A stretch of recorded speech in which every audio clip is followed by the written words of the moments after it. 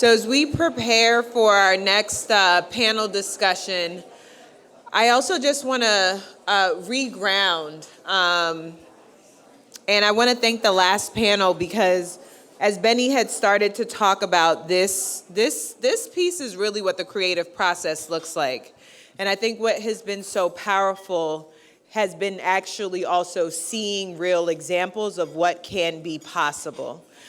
In this moment, when we started to really think about what and who we wanted to bring together, we wanted to be intentional that we would do more show than even tell where things could be. And I think what has been powerful, both in hearing Rawa and being able to hear from Shiva and being able to also hear, Bracken showing the numbers and the details and being transparent in terms of how folks should be thinking about advocating in this moment. This is just the iceberg of what could be possible. And of course, Sarah and McKnight leading with the values of what this moment means. We're going to now transition into what it means to democratize development.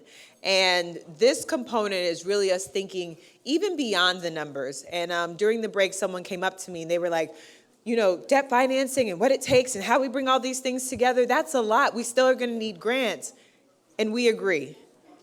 The thing that I would hold is that in this moment, the infrastructure funding at $1.2 trillion has a life cycle that has to be obligated and spent down or given to the states at the number of 90%,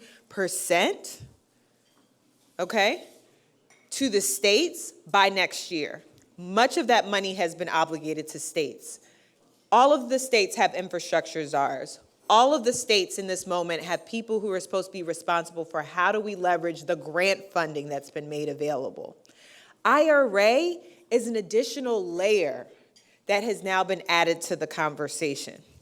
And so when we start to unpack all of the different resources, when we say that this is a moment of abundance, this is a moment to creatively think about how we put together the pre-development capital stack and service to community and build in a more intentional way, we will and have not seen this moment.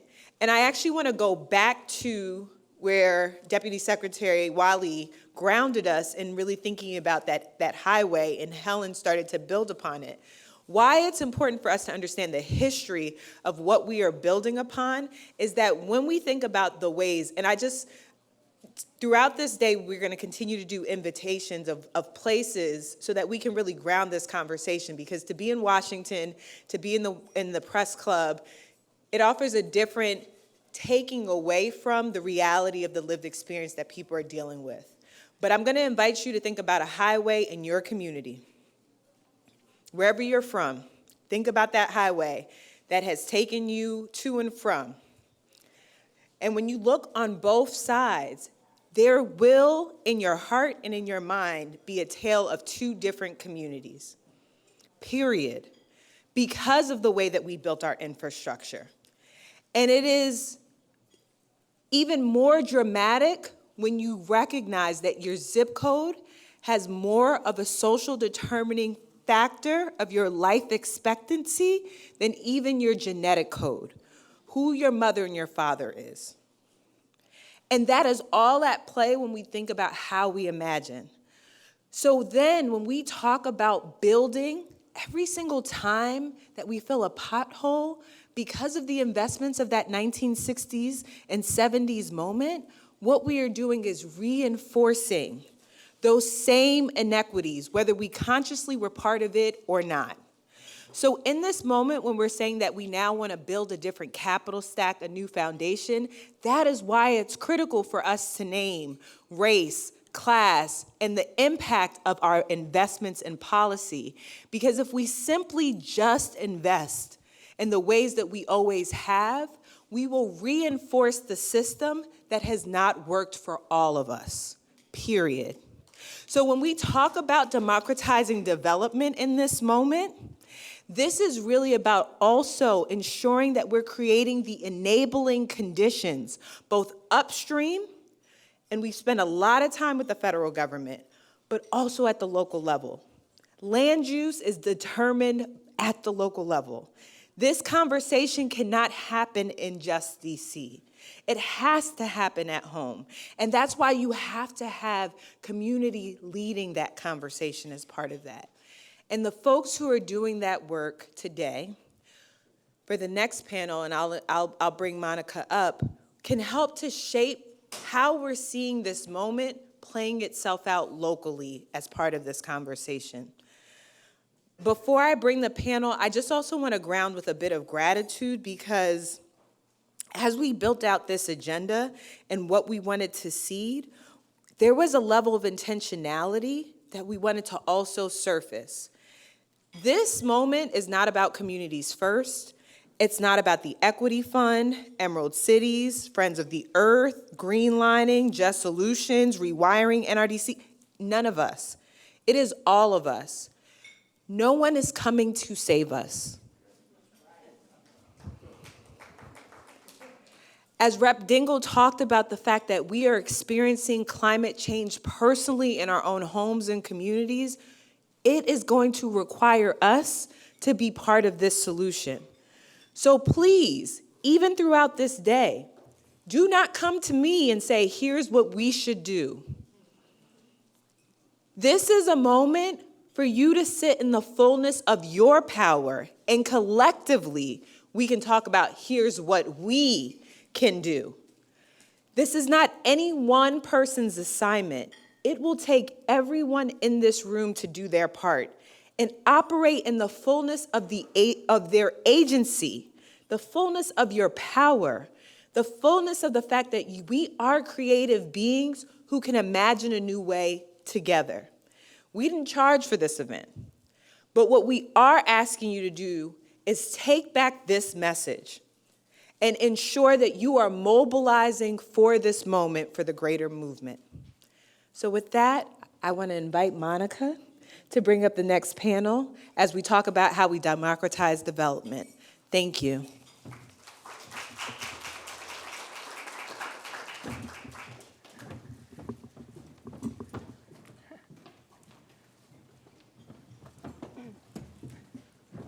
All right, a little lower. Everybody good? Good afternoon, everybody. Afternoon. Yes, we have the dreaded after lunch slot here today, but not dreaded. We have everybody here. Everybody's enjoying a good meal, and so excited to be with y'all today to have this conversation with these amazing women here on the stage. Oh, water, thank you. So my name is Monica Palmeira. I'm a climate finance strategist at the Greenlining Institute. We're a 30-year-old organization focused on promoting climate and economic equity strategies, as well as working hand in hand with communities to build capacity to get dollars into community for climate projects. So today we're talking about democratizing development, as Daphany introduced, and I'm just going to offer a few quick reflections on the day before we turn it over to our amazing panelists, and really just building off of everything that we've been talking about today. So we've talked about partnerships and how essential those are, of course, for communities to have those trusted partnerships to be able to bring down some of this money to meet community needs. We've talked about centering community and shifting power. That's really, really important with particularly this greenhouse gas reduction fund that we're going to focus on. And the form that these dollars need to come in. The pre-development dollars that we heard about are so important. The smaller size loan products that we need to meet community needs. All of these things are super important. And in our panel today, we're going to focus a bit on specifically the strategies to really make this shift that we're all trying to make. And I think one reflection that I've had in all the conversations that I've had today, you know, in terms of the opportunity that we have, so many of you in this room, every single one of you in this room has been doing work to get ready for this money to come. You're either in community doing that visioning work to figure out what are the projects that we need for our communities to thrive. You might be a financial institution that's trying to figure out the structures and how to leverage the secondary market and all of these different pieces. You might be an advocate like me, writing really long comment letters to EPA. But all of that hard work, we tend to think about the constraints that we're in first. We think about what can we do within the existing banking, financing system that we can tweak, that we can shift to get these dollars where they need to go. And we know fundamentally that system is rooted in white supremacy and is not going to meet the needs of the communities these dollars are intended to serve. So what we have the opportunity to do today in this hour-long conversation is to do some of that reimagining and really ground in those concrete strategies that communities are taking today to change the system, to dismantle the system, and to really rewrite the rules in the playbook so that communities are in the driver's seat, in the electric vehicle driver's seat, to really have community own these projects and bring that money home. So I'm not going to do these women justice with their biographies, but I will introduce them very briefly. So first and foremost, we have Autumn Long from, oh my gosh, I lost my notes, y'all. Hold on just a second. The director of the Appalachian Solar Finance Fund. We also have Denise Abdul-Rahman, the executive director and founder of Black Sunlight Sustainability. Daphany Rose-Sanchez, the executive director of Kinetic Communities Consulting. And yeah, that's right. And Christina Hollenback, founder and CEO of Justice Capital. So just to kick us off, we're going to get to know our speakers. Just going to ask y'all to talk a little bit about the work that you do and how it fits into this concept of democratizing development. And if you could talk a little bit about the work you and your organizations have done to kind of open up the project development process. We'd love to hear about that. Great. Hi, y'all. Thanks for having me today. Thanks for the invitation. I am Autumn Long, and I direct the Appalachian Solar Finance Fund. It is exactly what it sounds like. It's a financial and technical assistance program designed to catalyze solar development in coal-impacted communities in Central Appalachia. We're a joint partnership between Appalachian Voices and Invest Appalachia and the Central Appalachian Network. I just said Appalachia a lot of times, which I didn't get a chance to call out Appalachia as a region that is represented here today, and I think I'll just kind of leave that comment there to point out that we're often sort of overlooked or put into other regions, and Appalachia's not the Midwest, Appalachia's not the Southeast, Appalachia's not the Northeast. It's a deeply important and often misunderstood and deeply disadvantaged and under-resourced and underserved region that I'm very proud to call my home. And so we're working hard to build really deep community relationships and build a homegrown solar and renewable energy industry, market, and infrastructure within a region that has been very much dependent upon coal and gas and extractive fossil fuel development for the past century and a half or so. And I'll leave it at that for now. Good afternoon. My name is Denise Abdul-Rahman. I live in an extremely conservative state of Indiana. I consider myself really part of a Black liberation frame, racial justice, civil and human rights frame. I get that from my big mama who marched for jobs for justice, and from my mother who went to Beijing, China for women's rights, and my father who was at the Black Political Convention in Gary, Indiana. I come from the home of Richard Hatchard, the mayor who started the Black Political Convention. So the crux of the body of work that I have been working on has really been out of necessity. And I have found the energy justice, environmental climate justice as a frame in which to access Black liberation and freedom. I also come from the frame of the NAACP. I've served as the state chair of environmental climate justice. My mentor, Jacqueline Patterson of the Chisholm Legacy Project, who built all of the NAACP's environmental climate justice frame, gave me tools and voice within Indiana to be able to speak to various policies, to be able to educate our collective in Indiana, and to also make it real. I have since started a non-for-profit called Black Sunlight Sustainability that's basically just a conduit in which to access all the various funds to try to help liberate our communities. And so doing in this moment that I consider a fierce urgency of now, and that the moment demands me to step up, whether I wanted to, whether I was ready to or not. And so some of the challenges or things that I've found that we did was, which is indirectly connected with the GGRF, is we found our way fighting or trying to make sure that the $100 million from the NEVI plan, the National Electric Vehicle Infrastructure, that those dollars were equitably distributed in Indiana. We ended up helping to make that frame a little more equitable. But we did not really get those dollars. We did get some commitments to minority business enterprises and things like that. Then we ended up shifting to, and we created a whole alliance across the state that included civil rights, black faith leaders, black business, and grassroots organizations came together. I was really shocked at the gravitas around that. And then we pivoted to applying to the Charging Fuel Infrastructure Grant. Through that, we created MOUs through that process. And then we shifted to, well, still in alignment, the Solar for All, in which we created MOUs and things of that, like trying to shift, making sure equity, and utilizing what we had created, which was a 6-point plan that we found could be utilized not only with charging fuel infrastructure, but could also be moved over to Solar for All to be applicable guidance for folks, no matter, federal, state, or local.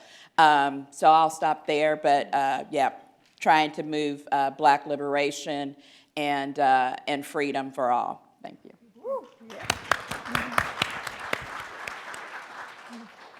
Hi everyone, my name is Daphany Rose-Sanchez, she, her pronouns. I'm the ED of a firm called Kinetic Consulting, or KC3 for short. We're an energy, equity, and housing firm in New York City. Woo woo! Love the New Yorkers in here. Specifically, I'm from Brooklyn, so I just want to specify that because folks from other states, like they say from New York, but they not. My work in this space has come from very similar to Denise, where my family was rooted in supporting and collective action. A lot of times growing up, I grew up in public housing. Woo! I gotta remember not to talk in my hand. My father grew up in public housing. My grandmother grew up in public housing. So to me, the connection of culture and housing is very much a real thing. It wasn't until I was in middle school that I realized that being in public housing was something you should be embarrassed about. I remember there was this French teacher that straight up told me her name was Miss Koplicki. She naming names. Yeah. I'm not gonna tell you what I used to call her. But I remember her telling me straight up one time, like, I'm so fed up of teaching you because you're just gonna be your typical Puerto Rican self and drop out and have a kid. And I remember being so tight, I cursed her out in my normal self. And I stormed out of the classroom. And I stormed out of the classroom not because I wasn't entirely sure. I was angry at her. I was angry at what she told me. But it was more of a, what is my race and where I have to do? Because she straight up said, you're from Cooper Park, which is a New York City Housing Authority public housing development in Greenpoint, Brooklyn. What does that have to do with who I am and what I'm gonna do with my life? I was a young kid.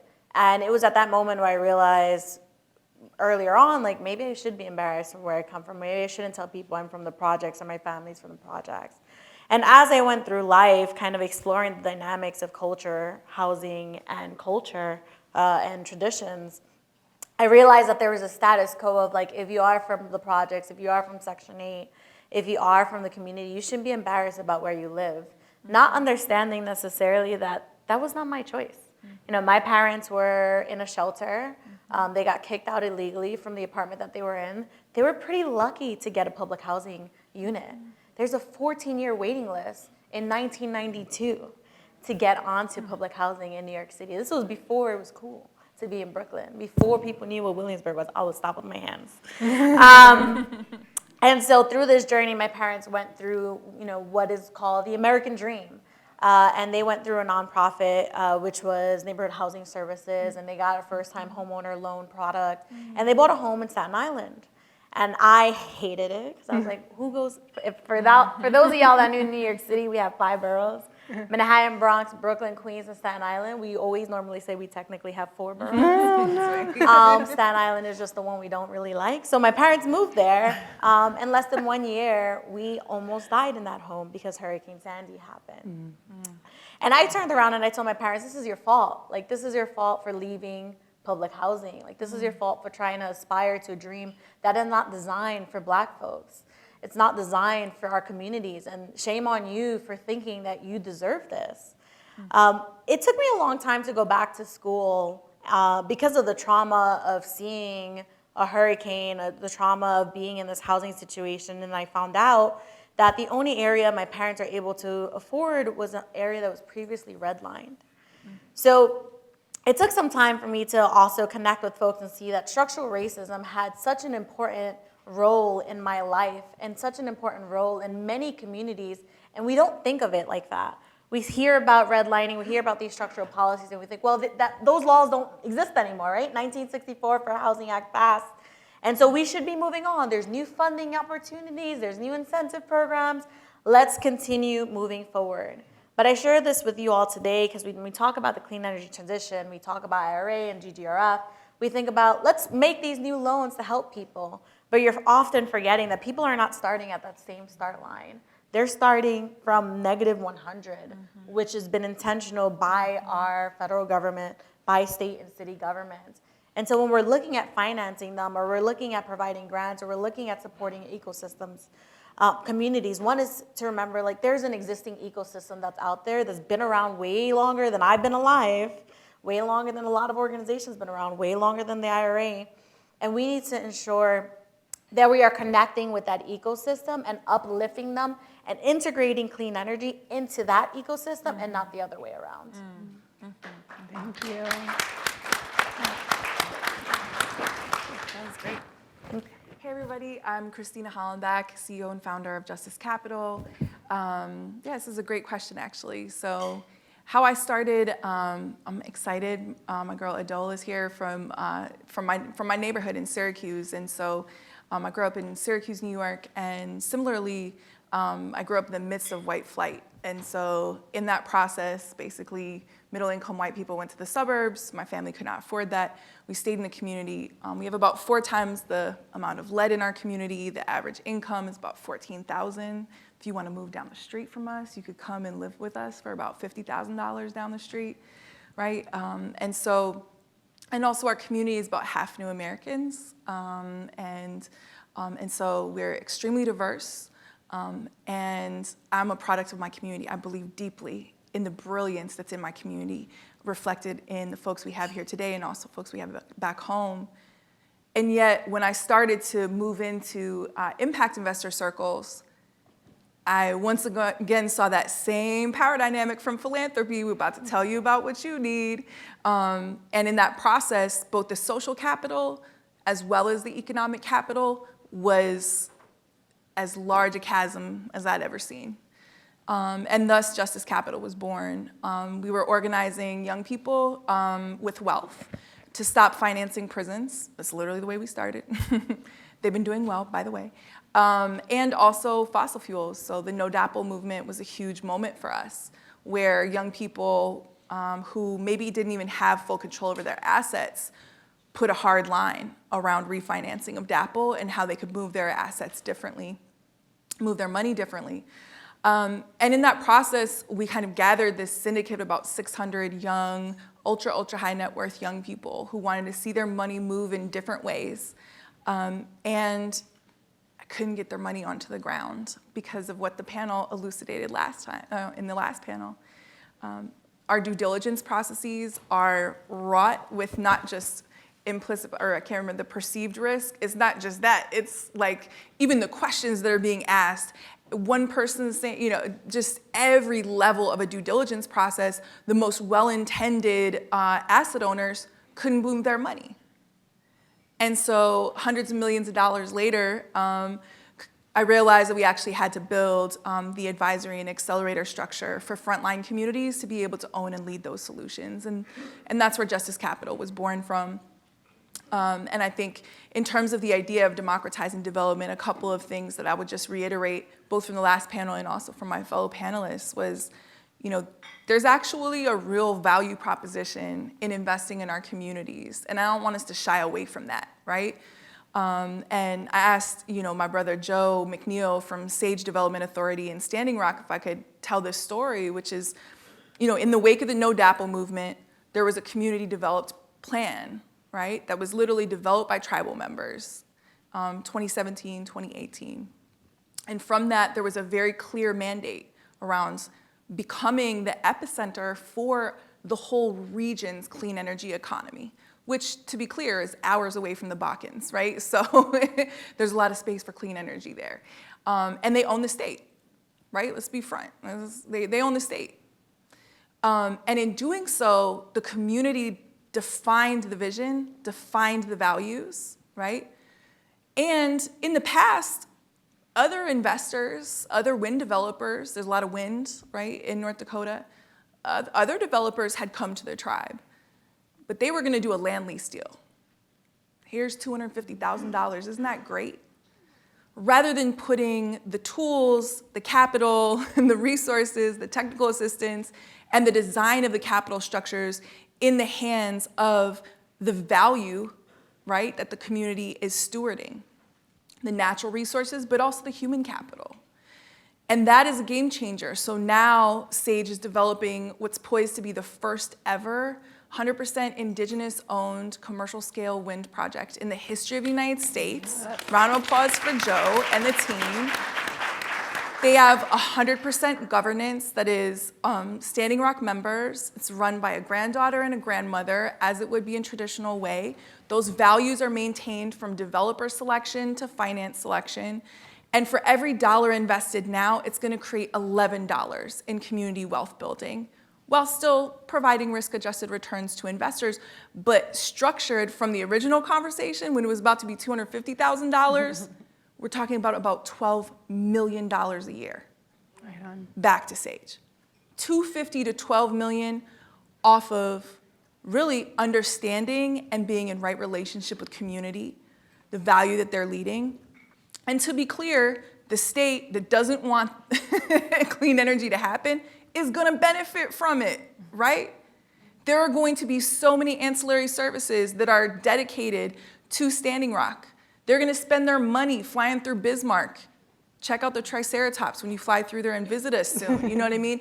Like, the whole region who doesn't even want clean energy is still gonna benefit from the fact that Standing Rock is leading the way at every level of the clean energy transition and the just transition. And they're gonna do it in a way that also maintains their vision and values. And so Justice Capital was born to be able to support hyperlocal communities like Joe and Phyllis and Fawn and the rest of the team out there in Standing Rock to be able to have the same capital structures that I loved who said it earlier. People are taking care of these incentives, but only certain people are benefiting from them because they know how to work them.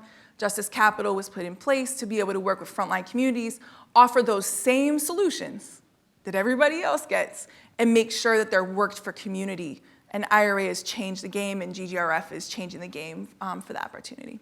Excellent. Thank y'all. So I want to dig in, and Christina, you kind of got us started here in terms of like either a specific project that y'all have worked on that you can sort of lift up in terms of the partners and the strategies that y'all were able to use to do exactly that power shift, moving that money. Just tell us a little bit about that and what you think was the difference maker, you think, to making that shift happen. Would love to hear a little more about that. Sure. Yeah. Well, the Appalachian Solar Finance Fund was really born out of a partnership model, and the Central Appalachian Network is a really important regional network of practitioners working in various community development spheres, including food and agriculture, placemaking, and clean energy, ecological resilience. And so this gives us the ability to see really deeply within our communities in this large rural region on the ground and have really deep trust relationships in these communities, and also to scale up into a regional model and to pull from both sides of that hierarchy. And so through our conversations, through our fellow practitioner organizations at Central Appalachian Network, we kept hearing about the same barriers and challenges and needs for clean energy development in our local Central Appalachian communities. And so we heard that and developed this model based on what types of tools and products and systems we could create to meet those needs. And so through an analysis of the region's clean energy market, solar development needs and gaps in financing and technical assistance, we honed in on the small to medium scale distributed commercial sector, specifically anchor institutions in our local communities. And so what we want to do is help these high impact, high value, high profile, and high need local institutions to go solar to benefit from the cost savings, the economic, financial benefits, and to bring these jobs and these business development opportunities and all of the tertiary economic development that comes with solar down into these local communities. And that's why the small to medium scale distributed commercial sector, and that's why the community anchor institutions. And by that I mean things like schools,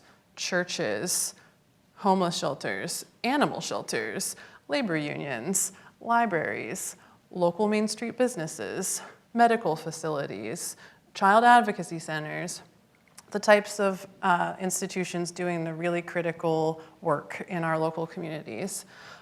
And so our Central Appalachian Network relationships allowed us to build out the human capacity that it takes to build the pipeline of projects for our program, to really reach into those communities, find those most needful, impactful organizations doing that work, and to build the system that we use to review and vet our projects and make decisions about how we can best support these projects and align the different financial and technical assistance tools that are needed for an individual project. And that looks very different from one community to the next. It looks very different from one state to the next because state level energy policies impact how the market develops in extremely powerful ways. And so what works for one community or one state might not be the same types of needs or gaps or challenges in another state. And so it is really through those partnerships that we're able to identify those needs and work collaboratively to meet them. I'm going to respond by way of one saying that we work with 3 basic objectives, which is to reduce greenhouse gas emissions or harmful emissions, to advance clean energy, energy efficiency, and to support our community's resiliency. And so through that, I think I entered into the body of work with trying to develop funds so that we could create like a community just transition, not just the job transition, but to transition our communities. And we found ourselves where a lot of times the funders only wanted to give to the big green groups. So we basically advocated to put ourselves to the table so that we were funded directly from the funders and not through a big green group. So through that practice, that prepared us, where we could, write proposals and implement a vision. We deployed a solar project in Evansville. We deployed a LED project in Hammond on a health center that's 96% Latinx and African American, and savings of $900 some odd a month, equivalent to taking 16,000 cars off the highway. Deployed another project in Kokomo on a Douglas Center that's historical because Eleanor Roosevelt had been there, and they have a vision of that being a resiliency hub. And so through those cadences and practices, learning, then becoming connected with many here in the room and learning about the different federal funding opportunities, we began to basically negotiate for our own funding, and again, not wanting to be funded by the traditional groups that are always at the table, but carving out our own particular niche. So, for example, in the GGRF, or the Solar for All, we created the Solar Equity for All. And the Solar Equity for All had 18 letters of support for our body of work, some from national organizations, many from our collective throughout the state. Before we really wanted to share our entire vision, we said we had to have a memorandum of understanding. At the time, I didn't have the language around community benefit agreements. I am beginning to learn that and try to demand that and try to learn how to start speaking to, like, even if the Solar Equity for All does not get funded for whatever reasons, we can start to approach these developers now and ask them for community benefit agreements or require it. But we struck an MOU, and when we write our letters of support, we make sure that it says exactly what we're expecting in order for one to receive our letter for support. What we put in there is what we imagined, which is 450 rooftop solar projects. They will have energy storage. They'll have energy efficiency. We built in the replacement of roofs because we know our communities sometimes do not have favorable roofs. We asked for 50 non-for-profit rooftop solar so that they could become resiliency hubs for our communities. And we asked for 4 microgrids within our project. And we did microgrids because Indiana does not have community solar legislation. And then pivoting a little bit to the legislation, we have this session, we helped to provide language for community benefit agreements within legislation for a community solar bill, as well as another bill that wants to take maybe some of the local tax money and place it into green energy projects, and then of course ensuring that it goes to, from our frame, Black and disadvantaged communities. Neither of those bills got picked up because, again, we're in a legislative arena that does not quite ready, but we'll bring it up again next session, calling for community-owned solar. But with the model that we did from microgrids, I learned from someone in our collective that perhaps we could do a power purchase agreement, take the revenue from that, and then basically create like our own cooperative or our own type of cooperative, and share that to help reduce the energy burdens. Everyone in our collective, again, being from a Black liberation frame, and all of the data, the white to Black wealth gap, when you look at the high unemployment, even though unemployment might be low, African Americans is always double, looking at housing disparities and all that, it's very much justified to have a Black and other disadvantaged communities framing, and so that's what we require in all of our bodies of work. And one last thing, we were very successful in getting to the table. I go back to the Solar for All. We have 2 entities that have applied in the state of Indiana, the Indiana Housing Community Development Association, a state agency, and then the coalition. And so we hope that the coalition will get funded because that's the one that I believe will have the most robust and racial justice equity framing.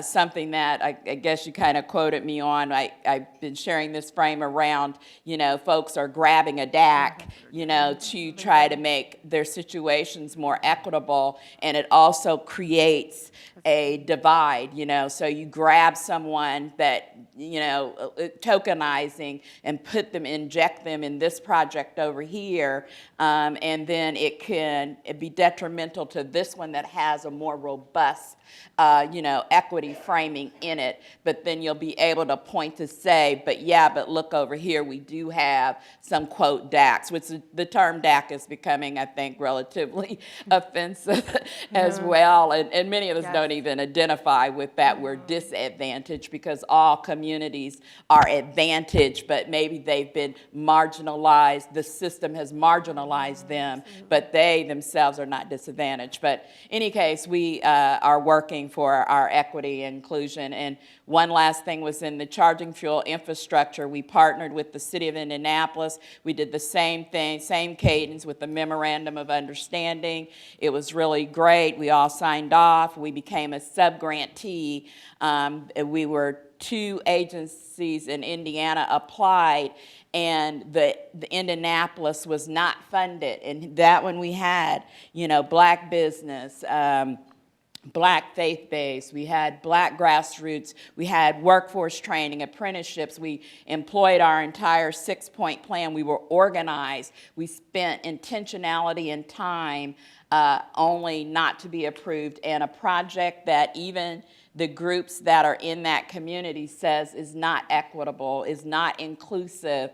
And so then the battle continues to try to make Justice 40 real in our communities, and it can weigh down on our capacity and our, being inspired to keep doing it. And lastly, I'm sorry, I'll say that, we're also trying to deliver to the base. We want to get the base out to vote, but we don't have anything to point to say. And I did a survey with several communities to say, have you seen Justice 40? Have you experienced Justice 40? Have you tasted it? Anything? And they're saying no. And so it's not just me in a vacuum. And so we want to make it real on the ground so that a base can come out and vote for whomever they want to vote for. But if they're getting something, they're going to be inspired to vote for those that have delivered. Absolutely. So, thank you. Thank you, Denise. Have so many reflections, but I'm going to keep going so we make sure we get time. Yeah, absolutely. Yeah, for us, our fundamental work is really meeting communities where they're at with solutions that work for them. A lot of times when we're talking about clean energy, or there's this beautiful lofty goal of achieving a kilowatt goal or a therm reduction goal, it's often like, okay, who can get this installation done the fastest and the largest amount of customers? That approach consistently fails in low-income communities and in communities of color because, again, it consistently ignores the systemic injustice, the disinvestment that's happened over generations. So for us at KC3, and I blame my mother for this, it's very rooted in respect of those organizations that have been around, or not blame, I'm grateful to my mother for this.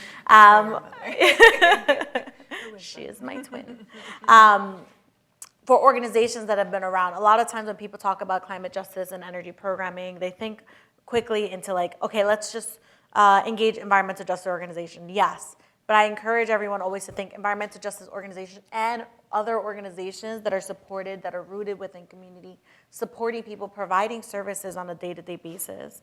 A lot of environmental justice organizations are providing that, and they're providing policy advocacy. But there are also housing justice organizations. There are also economic mobility organizations that are supporting community members to get out of that kind of constant flow of survival, that constant flow of what's going to happen tomorrow. So at KC3, every single project that we take on are projects that are birthed from our community partners. And for us, when we talk about clean energy transition, we actually think about it in a sense of what does it mean to acquire funding short term, transfer that funding into a local organization, and support them for 2 years so that they can get that funding without us on year 3. So there's a project that we work on right now. It's called Electrify NYC. It's a smaller 1 to 4 family program. And it was designed because one of our housing partners, Neighborhood Housing Services of Queens, Jocelyn Hanau is the executive director. She called me at 11 o'clock at night being like, Daphany, I hate solar. And I was like, it's 11 o'clock at night, Jocelyn. Like, I'm trying to go to bed. I just got off my laptop. And she was telling me the story of this woman who was a monolingual speaker in the Bronx. She installed solar panels. She didn't know that the panels were not properly connected. And so our New York City Department of Buildings had fined her for it. She needed to get emergency health care services for her son. And so she was trying to refinance her home to pay for it, but she couldn't do it because they put a lien on her home. The solar company put a lien on her home. And so she was cursing me out because she's like, why are solar companies putting a lien on the home? Why did nobody translate this? And so we went into the rabbit hole of me explaining to her, well, our state agency doesn't require that the contracts have to be in Spanish. They don't have consumer protections in place. They actually allow power purchasing agreements with variable interest rates. Like, these are all legal things under New York State energy policies. And it's horrible that it is. So Jocelyn gave me an earful. She's like, that's unacceptable. How are you talking about clean energy? How do you even work in this space? You should be embarrassed. You should be ashamed of yourself. And I spent time explaining to her, what is the intention behind this? How can we utilize this as an opportunity to mobilize our communities to own those assets? How can we use it so that they can gain that financial independence? How can we use this so that they can have a healthier place to live? So I went through and I called the state agency and I said, hey, here's my situation. Can you talk to her? They actually didn't have anybody that spoke Spanish at that particular agency's department.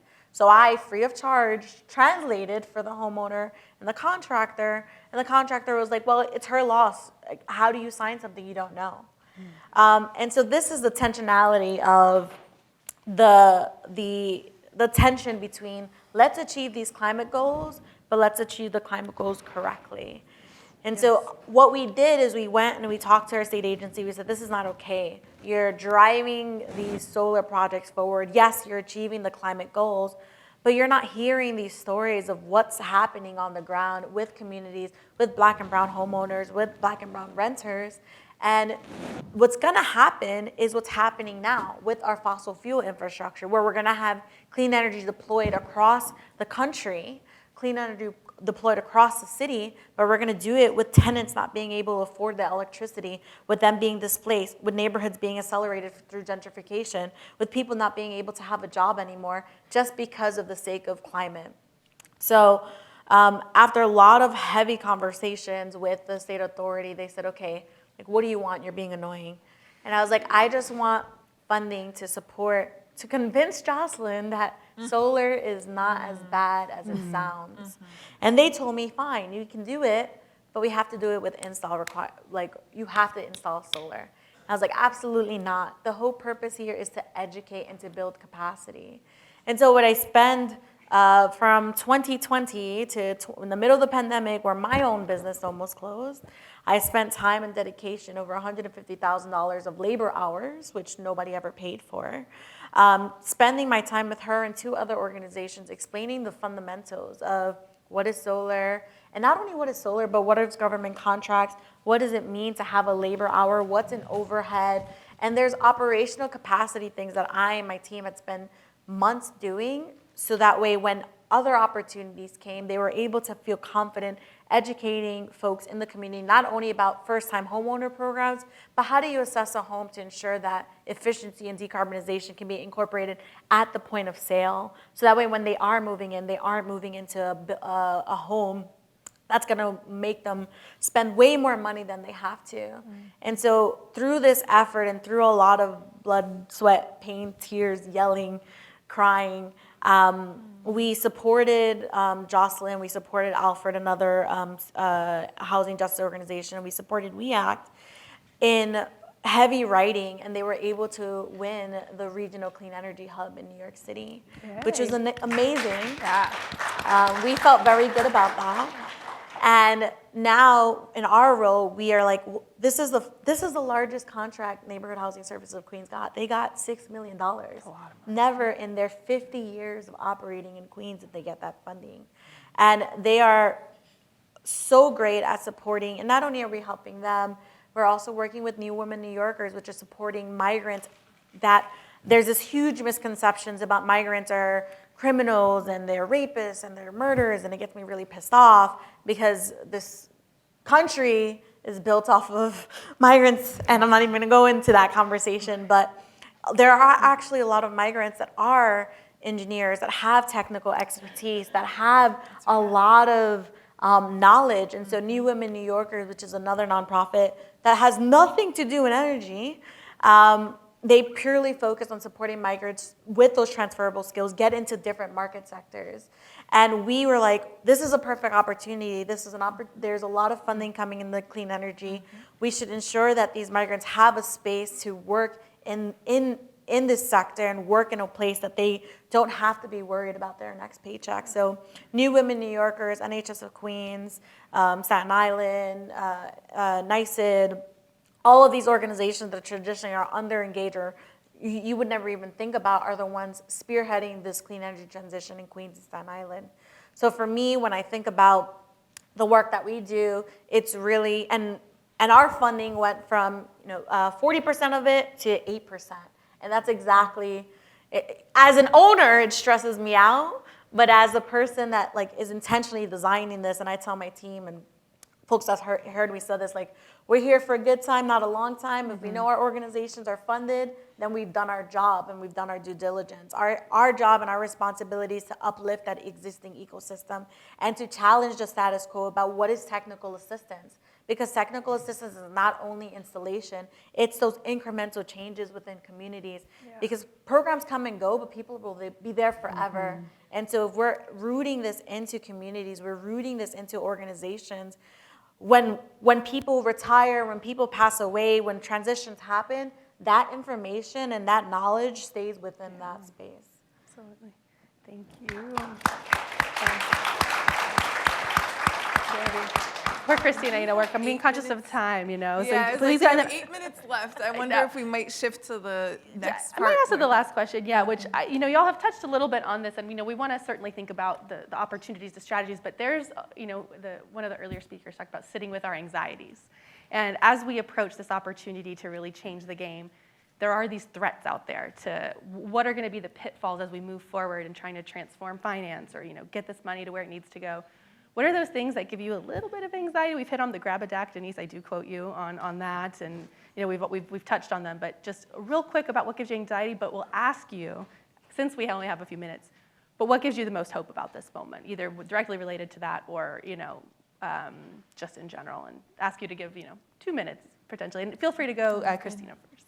Sounds good. Yeah. What gives me the most anxiety right now is people telling me that they are going to go after a building in their neighborhood.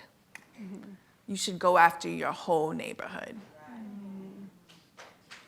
Yeah. That's just real. Rich people did not make money off a building. Yeah.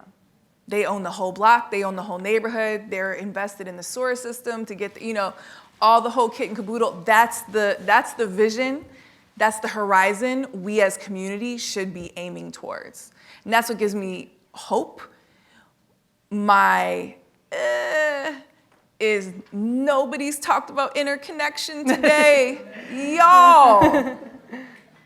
No, you can build all the things you want to make the energy cannot connect to the grid. It doesn't matter. And the interconnection somewhere in all of the brilliance of GGRF and IRA and everybody in between, somebody forgot to tell FERC about that, right?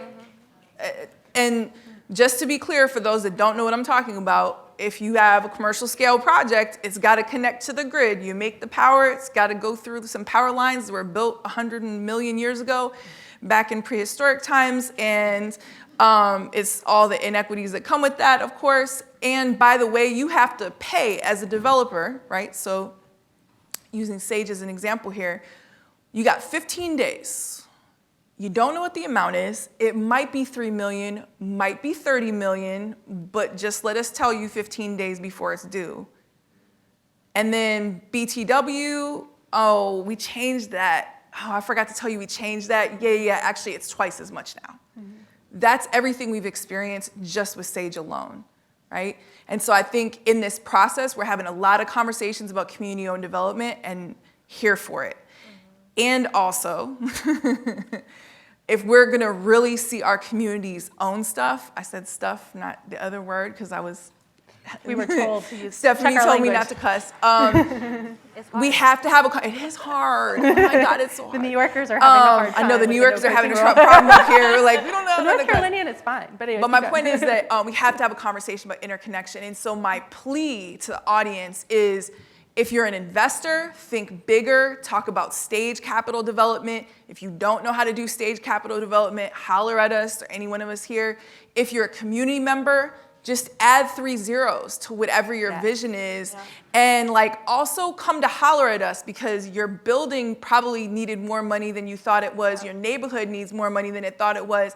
And if you have $5 million or you get that $10 million, as Bracken said in another way, rich people flip money. So if you have $10 million, you actually have $50 million and you didn't know you did, if you leverage the same tools that rich people have used to plight this country. We should put those tools in the hands of community for reparative infrastructure.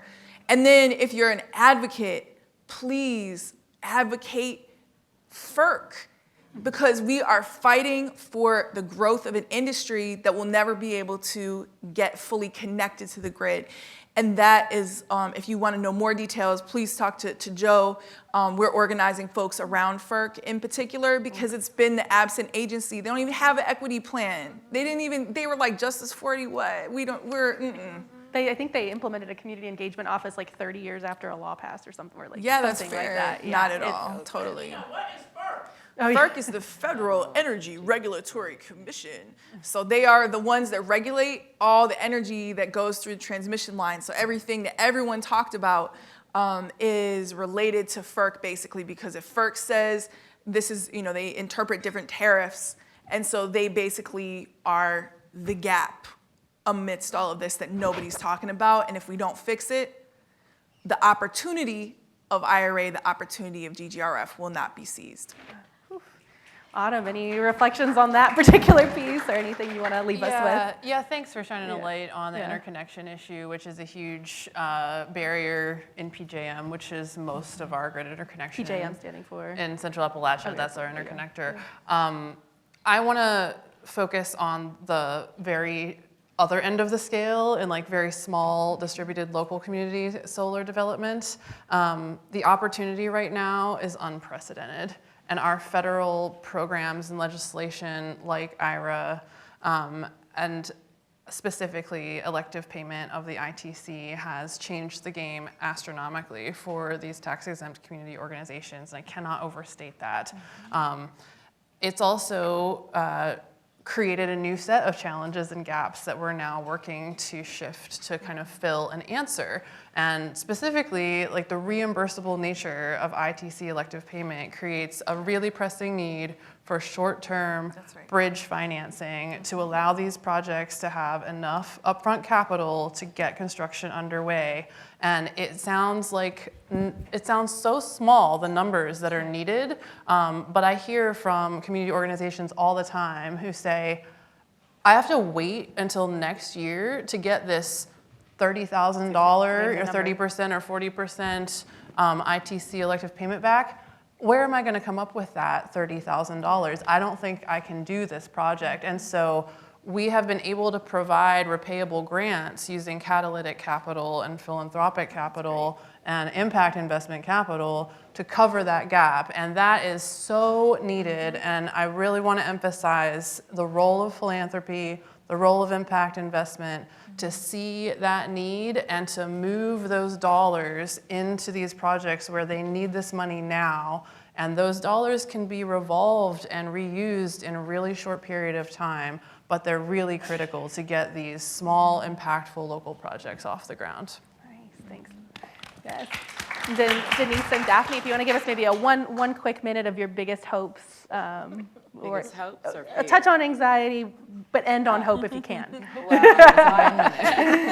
my biggest In 1 or 2 minutes. anxiety is that we're gonna look and see that equity and racial justice has not come into fruition.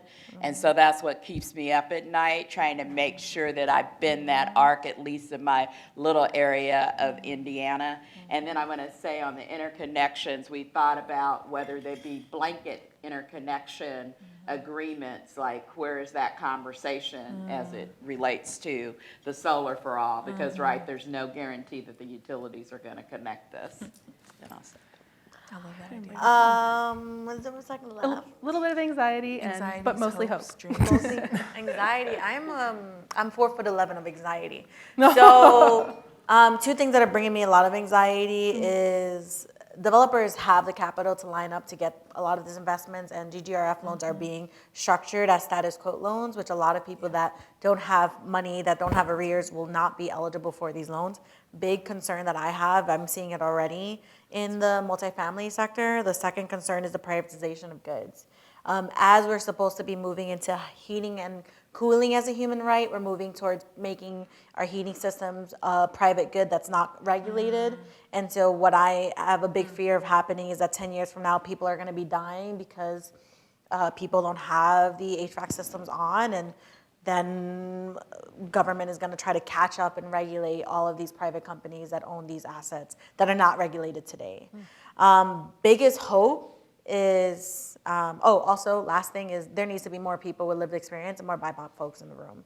Like, it's quite unacceptable. A lot of organizations have put out their fancy little Black Lives Matter sign in 2020, and then it's 2024 and everything has disappeared. That's why I said I have 4'11" in anxiety. What brings me hope is that, a lot of folks are still having this conversation. The folks that have been speaking here today and some of the other folks in the room, and they're continuing to push forward, and they haven't given up yet, because can be very, very difficult. I think that really brings me a lot of hope. And also that we're figuring it out. We're figuring it out as we go. And I think that is something that brings me hope. And I feel very inspired by a lot of the folks, like having Denise by my side, that they've been doing it for a lot longer than I am. I'm like, shoot. There you go.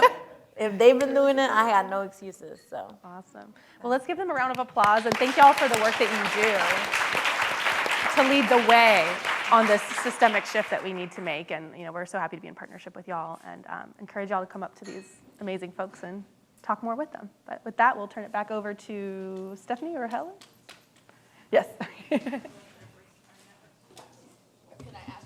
Okay, so we have about a 15-minute break, another networking break for folks to be able to connect, and feel free to clear off your tables. We'll reset, and the final plenary session for this day is an afternoon spotlight with the folks who've applied for the National Clean Investment Fund. With that, we'll be back. Thank you.